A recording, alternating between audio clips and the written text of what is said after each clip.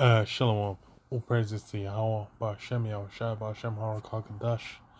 Double honors to the apostles and elders, great most honorable one. Shalom. To the brothers doing the work, sincerity and truth.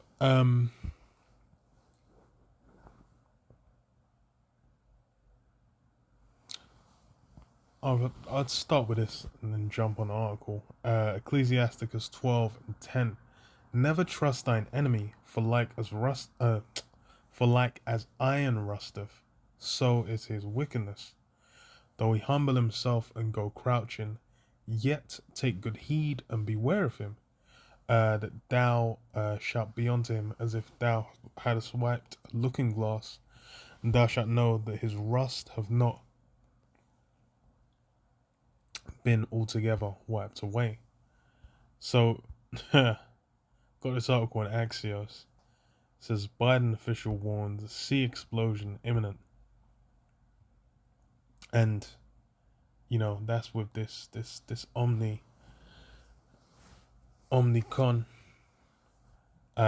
where all as soon as this thing was detected, they just said like, oh, bang,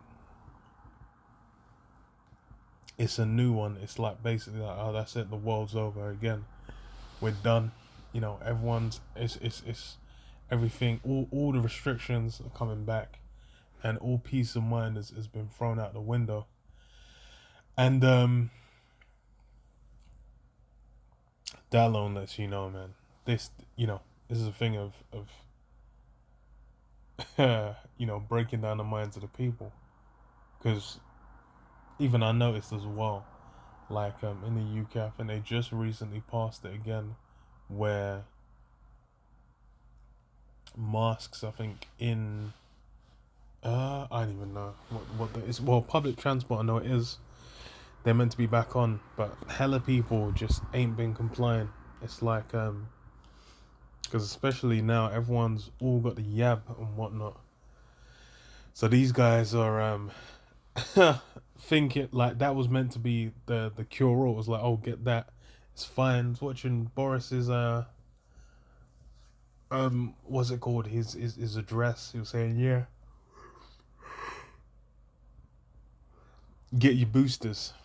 So it's the never. It's a treadmill. It's a treadmill. You're running on it. You're going nowhere. That's what you get for dealing with Esau. So it says new data from South Africa and Europe hint that Omicron cases are poised to explode in the US, where the vast majority of the population isn't well protected against infection. And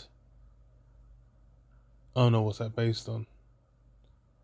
Oh, well, it's funny as well because, well, okay, I'll read it. It says, driving the news. A new analysis of South Africa's largest private insurer paints a picture of Omicron's clinical risk. 2 doses of Yabs appear to be significantly less effective against severe disease with Omicron than previous variants, but it's less likely to lead to hospitalization. So it's like it's not even it's not out here slumping, suplexing people, and making them drop. But then the response is wild, and it's funny because I ain't even checked for like the actual numbers in a while. But I watched a guy's video where it was kind of breaking it down, and it's like when you actually hear like the level of people that are being impacted, it's funny because you've had the push from like maybe a month, 2 months back for like under 18s, and then he said like, and this is mind you with no what's it called, these guys not having access to the Yap for the longest.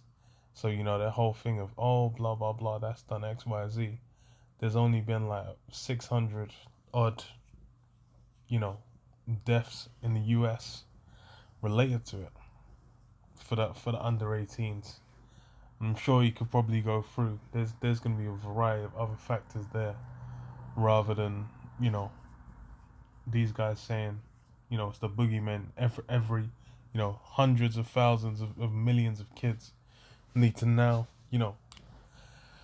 uh get the yabs. So then it's having looked at it, when you can see like, hold on, it's not that, it's something else is in the works. And that's what this whole drive, this whole push is really about. It's like average people in the world can kind of see, like, the people that haven't just eaten up the indoctrination, where they'll just parrot whatever they see on social media, whatever they've heard on the radio or seen on telly, their favorite people on telly saying like, oh, you just do it for everyone else. You got, if you don't, you're being selfish, blah blah blah. Then because what do you call it? Everyone else that like it's got pushed on such a scale to like which nothing else has really been pushed on this kind of scale before. So now that's why people are kind of paying attention. Like, yo, what's going on here? How come it's all of a sudden become a whole different scale um, of an issue? And then it's why? Because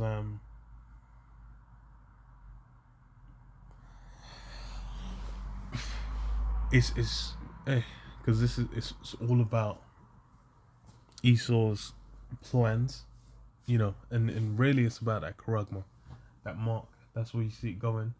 Something where you had the Pentagon mention it specifically, an implantable chip, and this thing has not. There's been no brakes on the train. This is a circumstance where they've essentially made it where this is not going to end. It's going to be like I said, a treadmill. It's going to keep going. It's going to be the next one and the next one. It doesn't even matter what the specifics are. Be like, okay, no, now there's this danger. Okay, you need this more, this new counterbalance, and that's the marks on that well, it's one of the it's the destination they're aiming for. Trying to use the same metaphor, but treadmill don't really work. So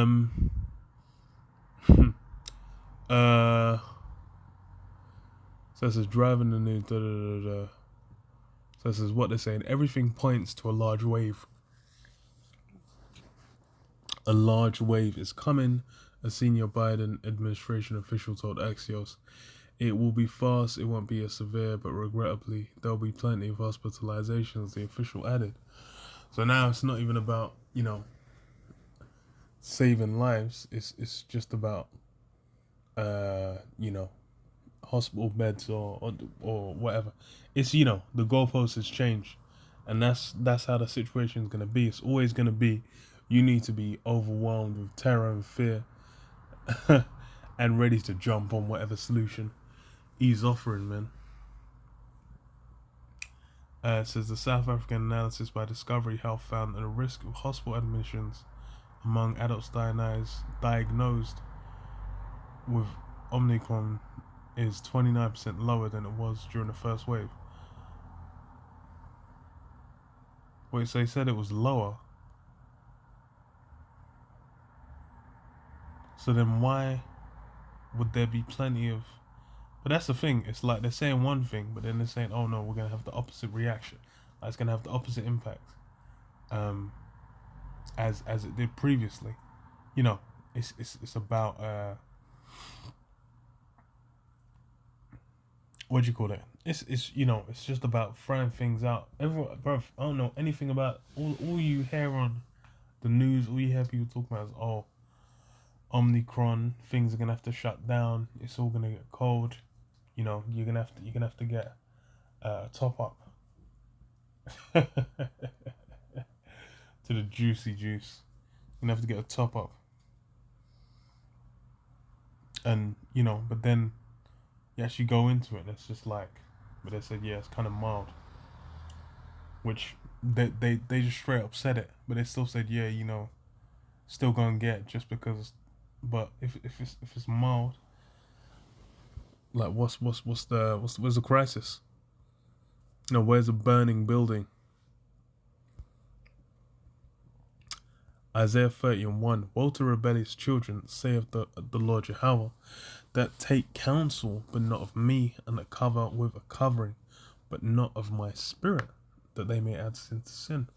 That's really what, trusting in Esau, trusting in so-called white man's power structure, his system, all his plans that he's putting forward.